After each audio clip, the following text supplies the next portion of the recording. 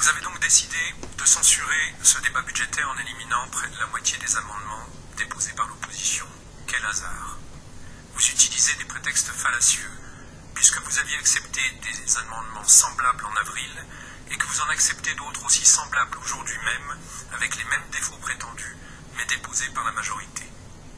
À moins que ce soit plutôt un refus de débattre de certains sujets, comme de la 45, comme l'a dit ma collègue, ou encore comme de la casse des associations environnementales ou de santé, ou encore comme de la baisse des dotations de fonctionnement dans les lycées, ce à quoi faisait référence Mme Kuckerman précédemment.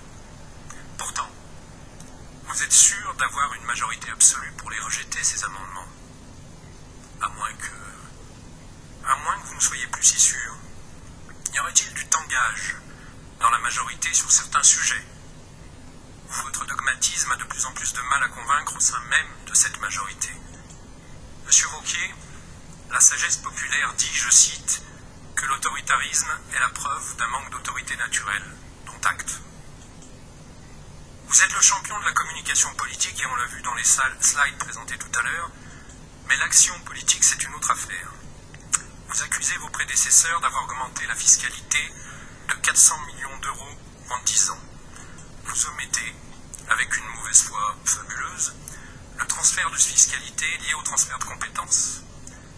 Comme nous ne sommes pas de mauvaise foi, vous le savez bien, nous avons pris vos lunettes pour lire votre budget et nous avons constaté que la fiscalité augmente entre 2016 et 2017 de 536 millions d'euros en un an. Vous vilipendez vos prédécesseurs d'avoir aggravé la dette de 18% en 6 ans. Elle atteignait 2,754 millions en 2015. Elle sera, d'après ce budget, de 2,910 millions d'euros en 2017, soit plus 6% en 2 ans. Décidément, vous êtes vraiment beaucoup plus fort. Vous voulez supprimer l'accompagnement des territoires en fonctionnement pour le réorienter vers l'investissement.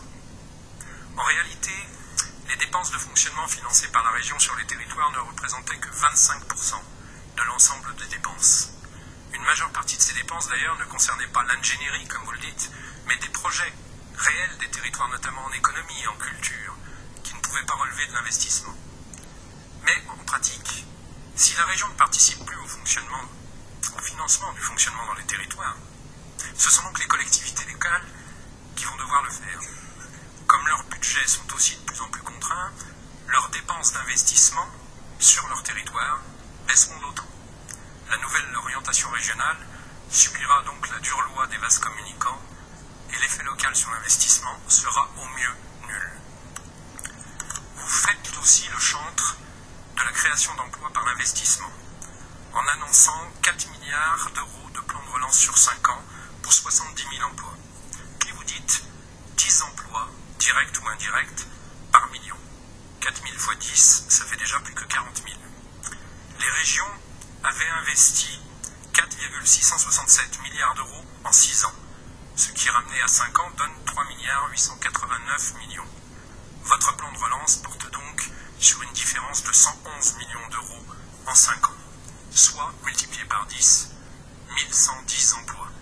Comme cela est réparti sur 5 ans, cela ne fait plus que 222 emplois par an. Dans le même temps, le mouvement associatif parle de 1000 emplois supprimés ou menacés par les baisses de subventions. Enfin, et c'est la cerise sur le gâteau indigeste qu'est ce budget, le moment d'humour qui déride les élus que nous sommes et dont seul votre orgueil est capable. Vous proclamez, orbi et orbi, que si l'État suivait votre majestueux exemple, en 5 ans, son déficit se réduirait à peau de chagrin. Je pourrais vous répondre sérieusement qu'il me semblait, mais ma mémoire est peut-être défaillante, que la dette de l'État avait explosé entre 2007 et 2012, alors que vous étiez au gouvernement. Je pourrais aussi dire que comparaison n'est pas raison, et que si l'État transfère ses dépenses sur les ménages, comme la région les transfère sur les collectivités locales, vous pourrez peut-être être exaucé. Mais en fait, je préfère conclure avec le même humour que vous, et vous demander si cela n'est pas trop dur de passer du service de votre ambition pour 2022 au service de celle de M. Fillon pour 2017, alors que nous savons tous ici, vraiment nous le savons tous, que si vous étiez président de la France, Il n'y aurait Merci, plus de monsieur déficit. Collas. Il n'y aurait plus